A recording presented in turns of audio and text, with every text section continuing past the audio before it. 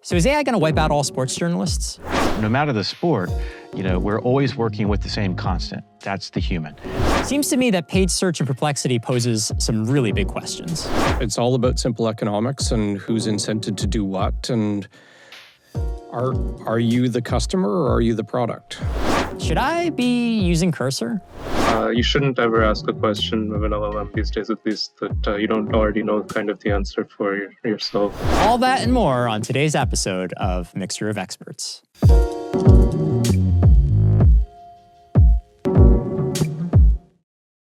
I'm Tim Huang, and I'm joined today, as I am every Friday, by a world-class panel of engineers, researchers, product leaders, and more to hash out the week's news in AI.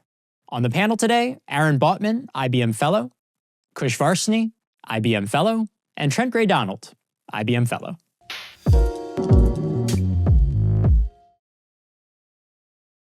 So to kick us off, the US Open is this week. And as usual on Mixture of Experts, we're of course excited about the tennis, but we're really excited about the AI. And I really want to talk about the role of AI in the US Open.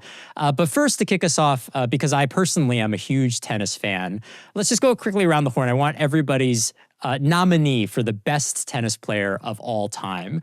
Aaron, we'll start with you. Yeah, so that's a great question. Easy answer. Ben Shelton. Great. Kush. Leandro Paes. All right. I like that one. Very good. Very good. And Trent, how about you? Oh, I prefer squash, so Jonathan Power. Okay, great. Well, thanks. Well, I asked that question to kind of kick us off on the discussion today. Of course, the US Open is happening right now as we record this episode. And as usual on Mixture of Experts, we're excited about the tennis, but what we really want to talk about is the AI.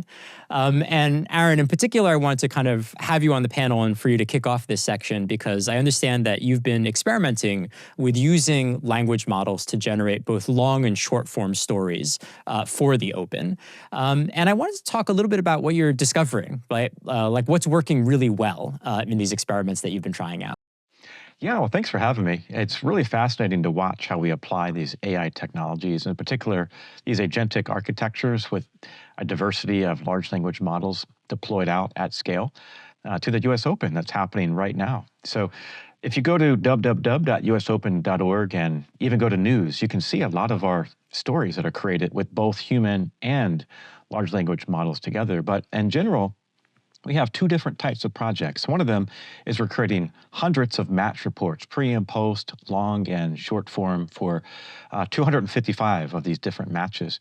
And then the second project that we have is called AI Commentary, where we take stats and we transform that into a different data representation like JSON, and then input that with the prompt to get out text, and then that's voiced over with text to speech, and it's embedded into these highlight videos. Yeah, that's really cool. And tell me a little bit more about how that works exactly. So how do you go from a game to a report about a game, right? Presumably there has to be a feed about oh, this person just, had a great serve, for instance. How do you do that conversion, right? Because I think what's interesting is you're going from video and visual to a written medium and kind of curious about how you guys approach that problem. Yeah, it's really neat. This is all about message-driven architectures where whenever we get a score, for example, and a match ends, then we get a message, and within seconds, less than seconds, we'll then take that message and we'll pull in from about 14 different feeds that has raw data that describes the players, the match, where they are, and also what they've done in the past. And we also forecast what's going to happen in the future. And we take all of that and we turn it into a representation that a large language model can understand, right? And we put it into the context of a prompt. So it could be JSON elements that describe, with key values, what's happening in tennis. So how many aces is somebody getting, or how many breaks has somebody won in the match, right? And then all of that is packaged together. And then we push that into the scaled out architecture that we have Granite, for example, and we pass it in with the prompt, and then the output would be a fluent text that describes the scene that's either just happened or that's coming up. And it's really cool to see it, live as it happens. And there's all sorts of fact checking that happens and quality checks, novelty pieces and similarity to make sure that it's up to par, so that we can go forward. And I use the word par on purpose because we also do some things for golf as well, which is part of our over 3-year story, that has evolved into the U.S. Open. That's great. And Trent, I saw you nodding on the mention of Granite. I don't know if you've got a connection to Granite as a project, but I'm wondering if you can kind of paint a picture of where you see some of all this going, right? So we're starting to do these experiments in golf, starting to do these experiments in tennis. Should we expect to see, like in 5 years, that a lot of sports coverage, a lot of sports summaries and commentary really will be AI generated? Or do you think this is more of like a sports specific thing, for instance? I think that this is just the beginning of a lot of different initiatives. The reason I'm nodding is that Aaron and I actually, so I run the Watson X SaaS service that does the inferences that Aaron causes. So he's basically calling my service when he does the work. This is your baby. Well, right. But I'm always I'm the plumbing. Right? Yeah, He does all the interesting domain-specific work around tying together all the data sources, and it just ends up coming into our service. So he and I work together on figuring out, okay, how do we make sure that we can handle the capacity and the latencies and all those different things. Right. But in general, how Aaron's built it and I see this whole agentic universe. There's from highly scripted through to let the LLMs do what they'll do. And there's obviously there's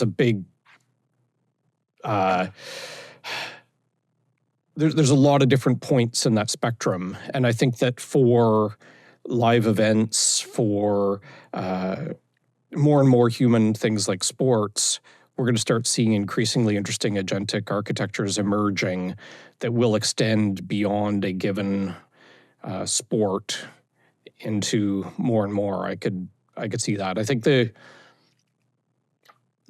interesting question is always, can you find the right unique snippets to tell people? Like one of the jokes that we have is when we're big baseball fans and we're listening to the play-by-play and they come up with these ridiculous statistics. This is the third player since 1943 who stood on their left foot and wiggled their ear. That's right. Yeah. I've come to expect that. I mean, I watch a lot of soccer, right? And it feels like the commentators just fill space, just have this remarkable bank of the most edge case statistics you could think of. So. Well, exactly. The question is, can we capture and distill that? Obviously there's a lot of data mining going into producing those right now. It's okay, how do we connect those and make it engaging and interesting and human? Yeah, for sure.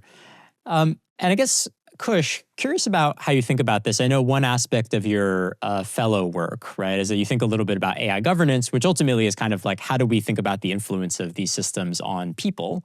And, I think one response always is okay, well, what is a sports journalist supposed to do in the future in this world where a lot of the work that they currently spend time on is, generating this coverage, generating this commentary. Curious about your thoughts on how that all looks, right? Because I think, as Aaron has already said, there's ways of getting humans and machines to kind of work together on this front. But I would love to kind of hear a little bit about how you sort of see that relationship evolving, and is there a role, right? I guess for humans in sort of an AI-enabled, sports future. Yeah, I think we're going to talk more about this towards the end as well. I mean, different sorts of human AI collaboration, and the way I think about it, it's not so much of what is it about the job that we're trying to automate away and these sort of things, but really the question of the dignity of the humans involved in this, because if you're the human and you're subservient to the AI, I mean, you have no dignity left in many ways. So what are kind of the workflows that we can set up such that you can get a better product, still are getting the advantages of automation, but still leaving the dignity of the human intact? And one way to think about it is, if you remember House MD, Dr. House, the TV show, and he had his whatever residents, and they were doing stuff for him, conducting tests, whatever.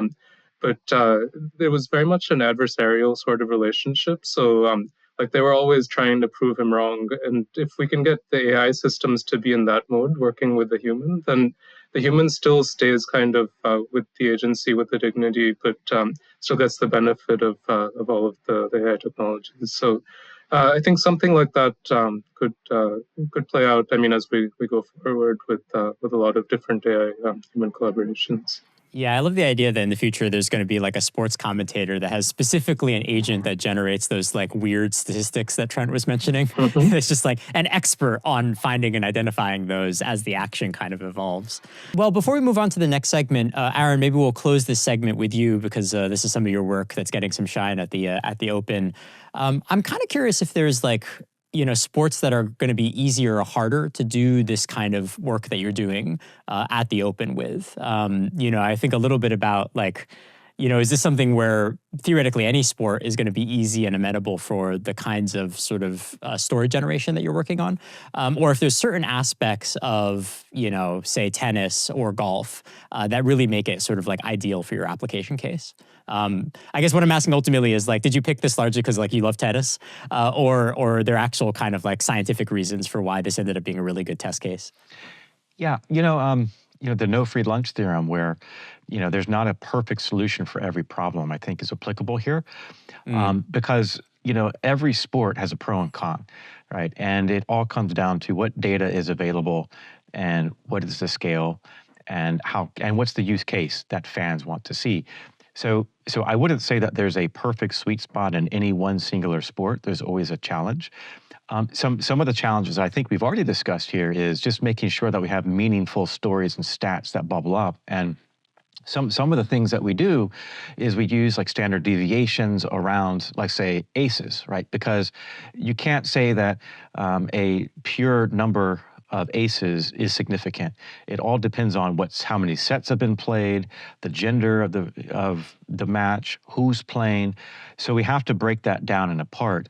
And if we go to like racing, we go to football, we go to soccer, it's all very similar. But you apply the same mathematical techniques to the stats that then can bubble up. One of the other challenges, and I would say one of the other areas that's really exciting is getting human and machine working together, because there's this pendulum of how creative do you want these large language models to be, as opposed to how prescriptive do you want to be, with this few shot learning, for example.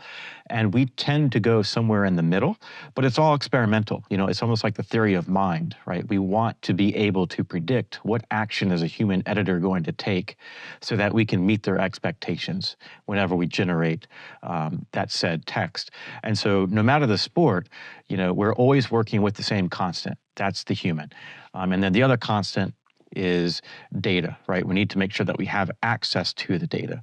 But it's fun, right? And it's very impactful, and it's a way to bring people together, irrespective of creed, gender, and race. And it's just really exciting to use a lot of Trent's work and a lot of Kush's work and bring it together for the world to see. Yeah, for sure. And I think this is where the magic happens, right? Is like AI can be very abstract for people. It starts to become very clear if it's got an application like this, where it's like, oh yeah, I already love this thing, and AI is really helping me, enjoy it more. It makes a huge difference. Yeah, yeah. And I do encourage you, check out, usopen.org, so you can see our work live in real time and listen to commentary, read the match reports. I mean, it's fascinating to watch the field evolve.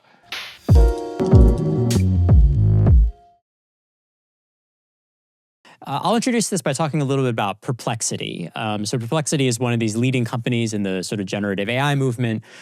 What they are largely providing is kind of language models as an interface for search. So the idea is in the future, you'll be able to have much more sort of conversational search experiences than you have right now with something like a Google or something, right? Where you kind of type in a search query and you get like a bunch of responses back. And Perplexity has been kind of, in my mind, one of the best products in the space. It's like one of the few ones that I actually pay for and that I actually use on a week-to-week basis. And there was an interesting news story that just popped up in the last few weeks where Perplexity announced that it would be finally moving towards a model where they roll out paid search.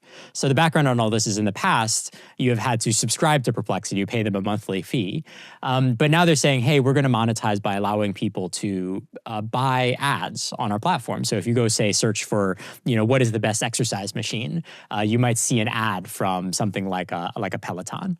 And so this is like a big shift. I think one of the big hopes about this technology was not just that conversational interfaces would be better, but that we might move away from ads to a world of subscription, and as a result, maybe have a little bit more sort of faith, trust, confidence in the search results. And so I guess I kind of want to ask, maybe Trent, I'll start with you because you're our new addition to the roster of folks at Mixture of Experts. How do you feel about this? Like, does it make search less trustworthy? Like, should we be concerned about this kind of shift on the part of Perplexity? Well, in my view, yes, absolutely. I'm a big fan of, say, follow the money. And it's all about simple economics and who's incented to do what, and are you the customer or are you the product? And it's very simple. As you shift to paid search, you become more of the product instead of the customer. And so my usual reaction is that this is not going to bode well for us as consumers. Yeah, for sure. I just remember, I mean, famously, there's this essay that was written by Larry and Sergey, right, who founded Google. And it's like their essay that they wrote, I think, when they were still at Stanford, and they're describing the PageRank algorithm.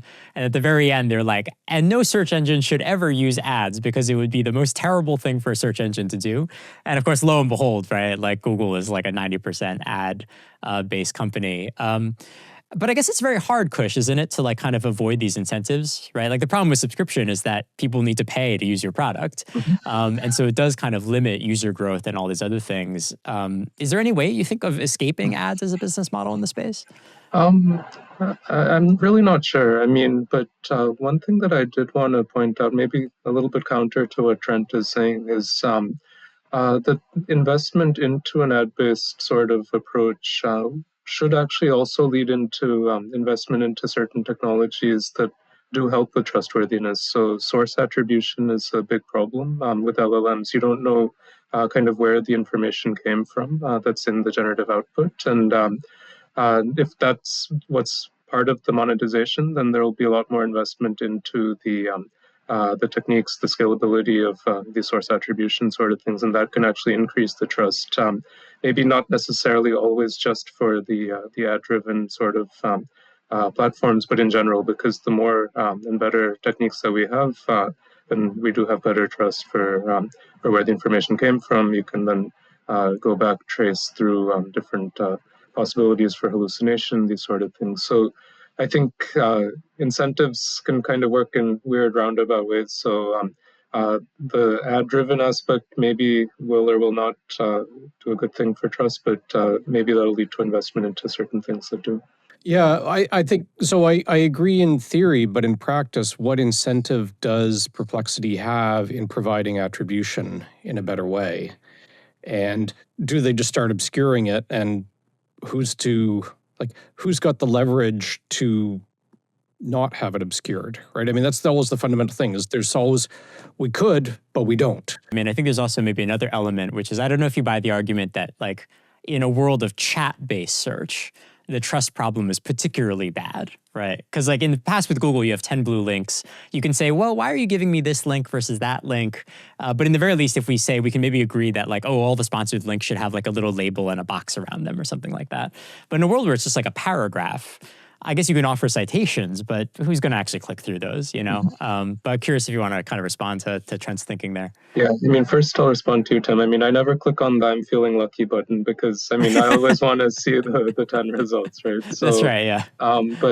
Yeah, I mean, I think the point that I was trying to make is that whoever's paying for their stuff to appear needs to be ensured that, yes, I mean, the right thing is coming. So if you're still using a language model in between, then even if the ad needs to get through the language model to appear in the output, just making sure that that happened is going to be needed. And that same technology can then be used to trace other information or other facts or other stuff. So what I'm saying is like the reason it needs to be there for an ad-based business is because the people paying for the ads need to have some sort of guarantee that their stuff will appear.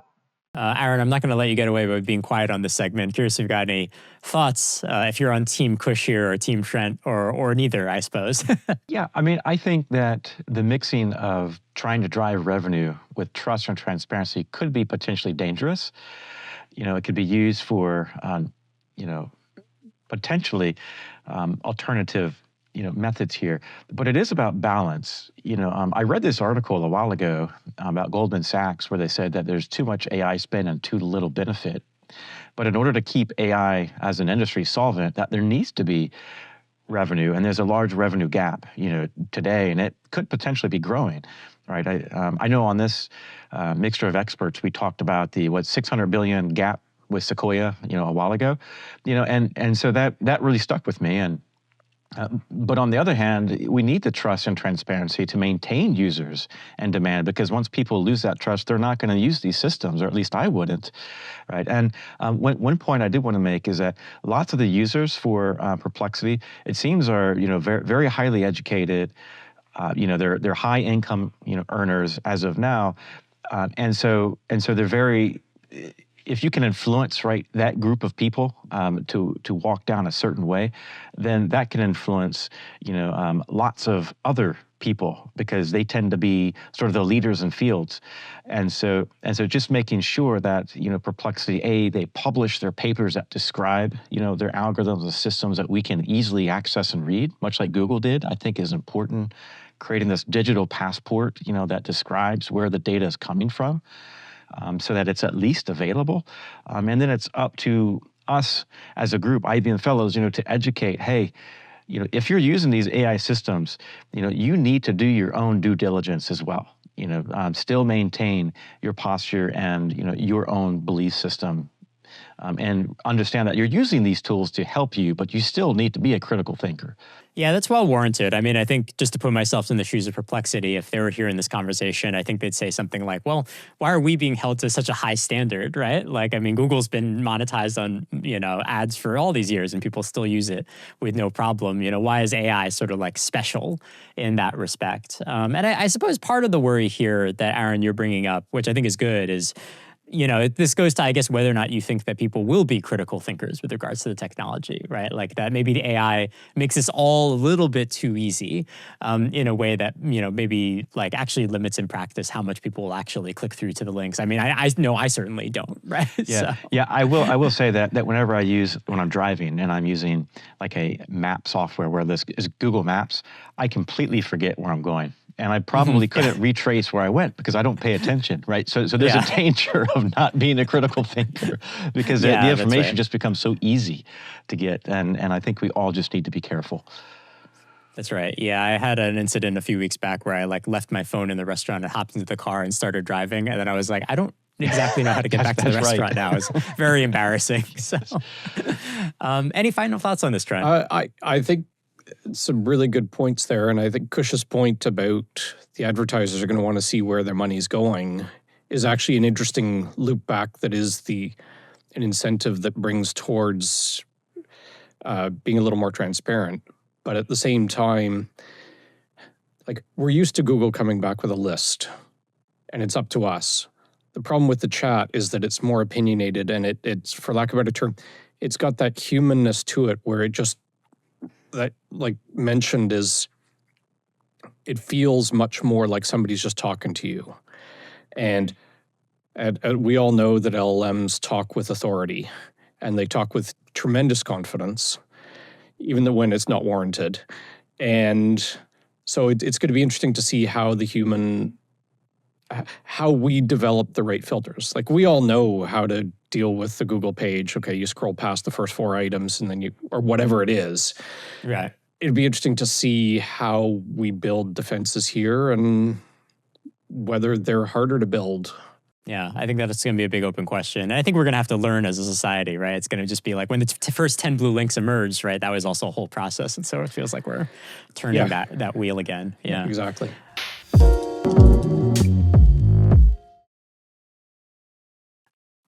Well, great. I'm going to move us on to our third story of the day. So former Tesla and OpenAI leader Andrej Karpathy tweeted out his love for this product called Cursor, and has set off a kind of whole new discourse around the role of AI in software engineering and programming. And the unique thing about Cursor, in contrast to something like a Copilot or Cody, this is like another company that's operating in the space, is that it's basically like an entirely standalone IDE. They basically forked VS Code and said, okay, we're going to rebuild it from the ground up using this AI stuff.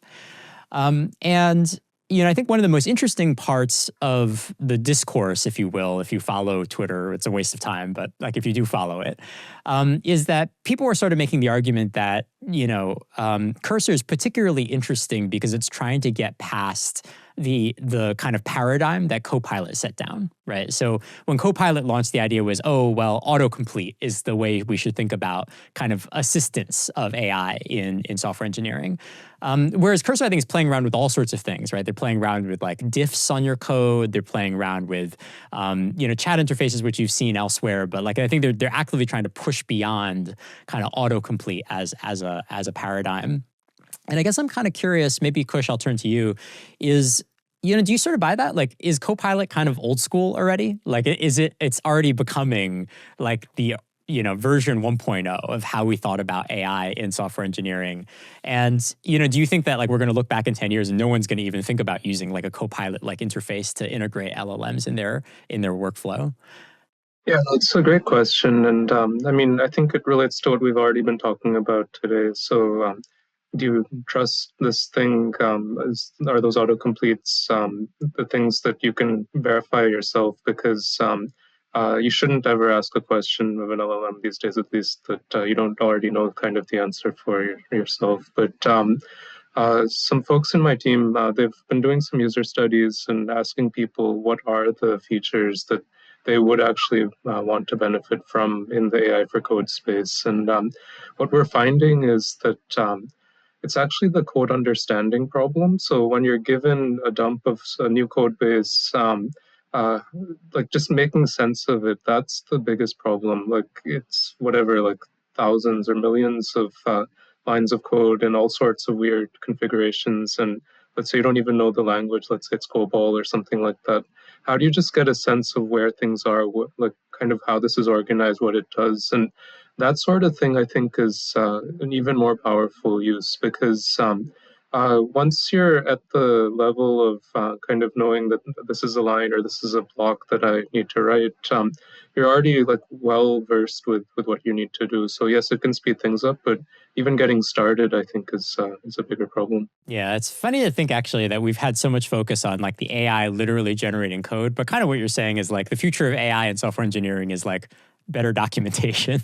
It's like the thing that is always kind of like difficult to do and no one wants to spend time on doing. I'm trying, I guess, like doing the watsonx stuff, I'm sure you're kind of like interested in kind of that interface. I don't know if you sort of agree with Kush here that like it's really kind of almost this understanding and documentation layer that ends up being the most important thing. Absolutely. I mean, one of my day jobs is I'm chief architect for watsonx Code Assistant.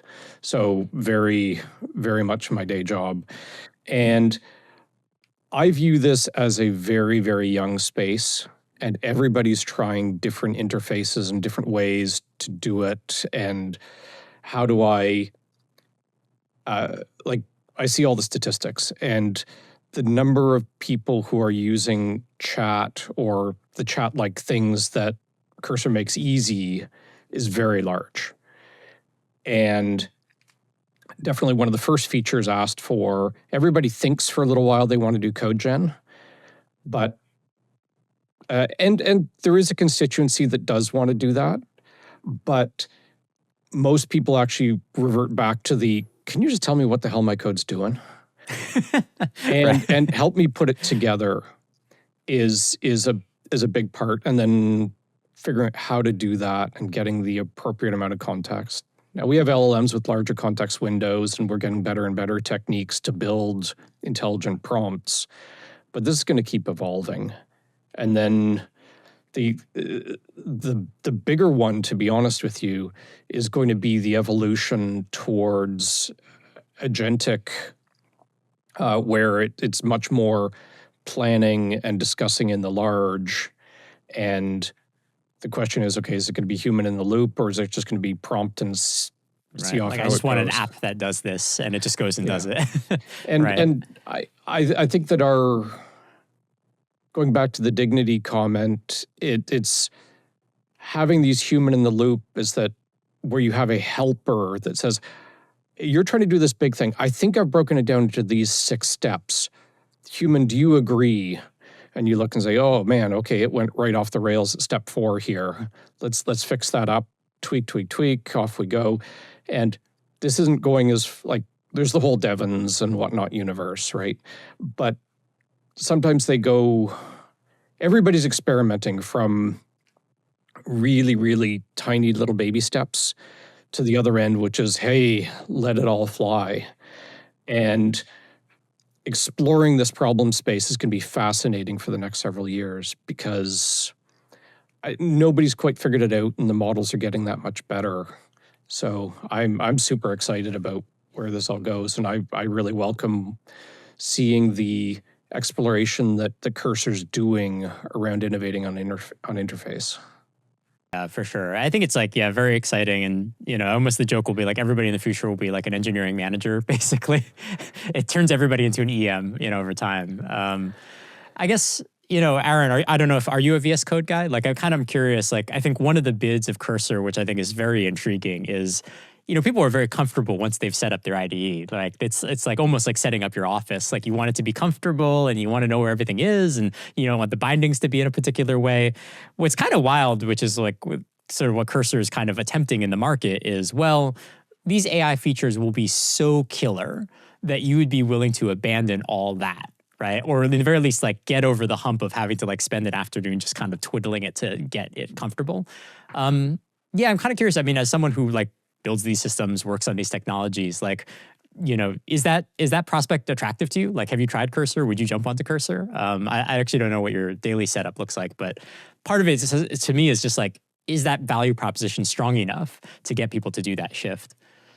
Yeah, I mean, so yes, I write code every day. VS, the VS IDE is what I use of choice, and I think that first, I'm a big fan of paired programming and paired testing, but having multiple people work together, maybe on a singular task or a group of people working on an experiment, because it does a couple things. One, it improves code quality, engineering quality, the scientific process, but it also creates long-lasting teams, right, that stay together for years and years, and continuity of people on a team, I think, is important. And so relegating software and science to maybe prompt engineering, to me, has some cons. Of course, the pros are, it accelerates productivity, it can help us code complete. It can create different types of comments so we can understand code. So there's certainly a place. However, I do think that we want to make sure that our engineers and scientists still understand code, can write algorithms, can create new programming languages, new compute paradigms. For example, quantum, right? That's a new paradigm where I don't think LLM, maybe with Qiskit and being able to create, Python code, but there's all these new languages that are popping up. And, LLMs have to be trained on something, on some kind of, pile of data. And if a human can't create that pile of data in a trustworthy way, then I think some of the creativity and skill of the engineer, might be lost. So, so the hype around Cursor, I think, is real, and it's a very powerful product. But I would encourage perhaps folks to say, let's put a time limit on the amount of which we can use some of these tools so that we can maintain our sharp blade, whenever we really need to do some engineering, so we don't all become just prompt engineers, right? But that's sort of my caution and my thought. And yes, I do use Watson Code Assistant, pretty much every day through the plugin on VS Code, and it helps a lot. It's really good. It creates different types of comments. I also use Google, right? I'll go on Google and I'll use the Gen AI feature to give me ideas on how to write code better. But I always try to limit myself and my team to say, hey, let's do 20/80 or 50/50, and let's make sure we're still communicating as a team. So that human interaction, to me, is important. Yeah, that implies almost two really interesting things. Like, one of them is in the future, there'll be like almost like screen time for these features, where it'll basically be like, you've hit your limit for the week. No more AI for you. The other one also is like, I think, particularly there's been some discussion about, oh, well, are these assistants eventually going to get so good that it actually like replaces a lot of jobs of engineers? But it almost feels like there'll be like this constant pressure to learn more and more obscure languages, because those will be the areas that basically AI can't touch because the data sets are more obscure, which I think will be really interesting to see. There are definitely, I mean, there's no surprise or secret that IBM's been around for a while and has created languages that may be a little long in the tooth, like COBOL or PL1 or whatnot. And sure enough, the amount of data, the amount of code on the internet that most of these models are trained against is very, very small, and they can't do these languages at all. And so one of the things that we've done is, of course, is we have more COBOL code, we have more PL1 code, we have more of these things, so we can build better models for that. And companies are approaching us with, hey, we built this weird esoteric language. Can you help us do the same there? So it's, while there is a barrier, wherever there's a barrier, there's typically financial incentives to do something about it. So esoteric languages are going to be a bit of a barrier, especially at the free, but it's going to be tough.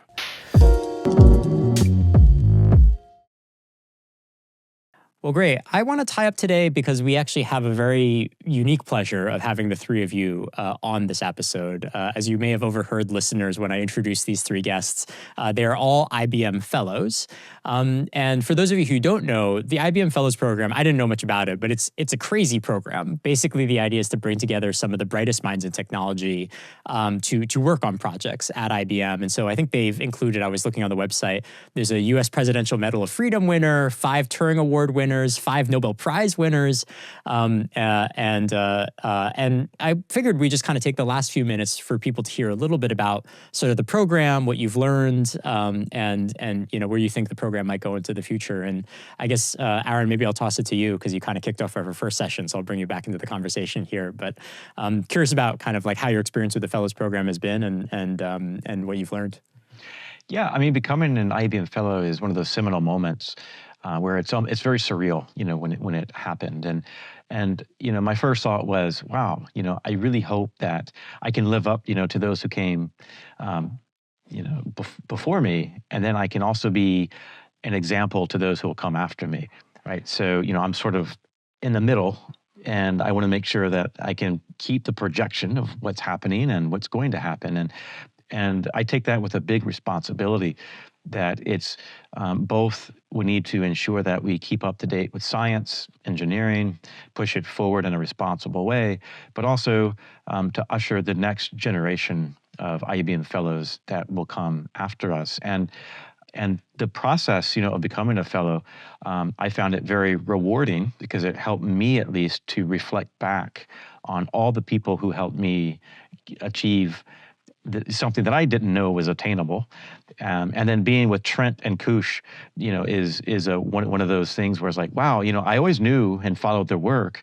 And I did not know that they were going to be IBM Fellows until it was announced. And so it was great to hear that, wow, I'm in the same class as Trent and Kush. It couldn't be better, in my view. Yeah, that's great. Trent, Kush, any other reflections?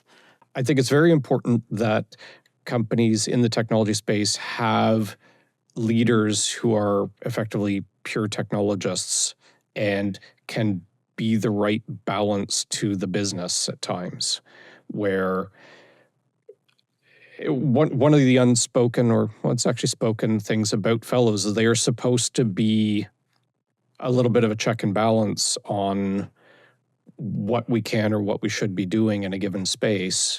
Right, you're like the keepers of the technical flame, yeah. Yeah, because sometimes that's necessary, and but it's a huge honor to have become a fellow, and it definitely the number of people who've come before and have that I very much look up to is very large. Yeah, no, I mean, it is extremely humbling. If you look at the list of all these people, as you mentioned, Nobel Prizes and inventing all sorts of things that we take for granted, whether it's DRAM or, all sorts of different things. And it's just crazy to be thought of in that same light. And I mean, it's been a few months now, I guess, for the three of us. And I mean, one thing that I've learned is just uh, some places that I've traveled, both within IBM and outside, it's people do look up to this position, that it is something that people look to as an inspiration. And I hadn't thought of it that way. And I think it's just, like Aaron said, a responsibility. And like Trent said, it's, I mean, a way to have this check and balance as well. So all of that in one role, I mean, and it's just crazy. So yeah, I think the three of us are gonna do our best and keep keep this tradition alive. That's great. Well, look, it's an honor to have the three of you on the show. I hope we'll be able to get all three of you back on a future episode of Mixture of Experts. But that's where I think we'll wrap it up for today. So thanks everybody for joining. And thank you for all you listening, joining us again on another week of Mixture of Experts. If you enjoyed what you heard, you can get us on Apple Podcasts, Spotify, and podcast platforms everywhere. And we'll see you next week.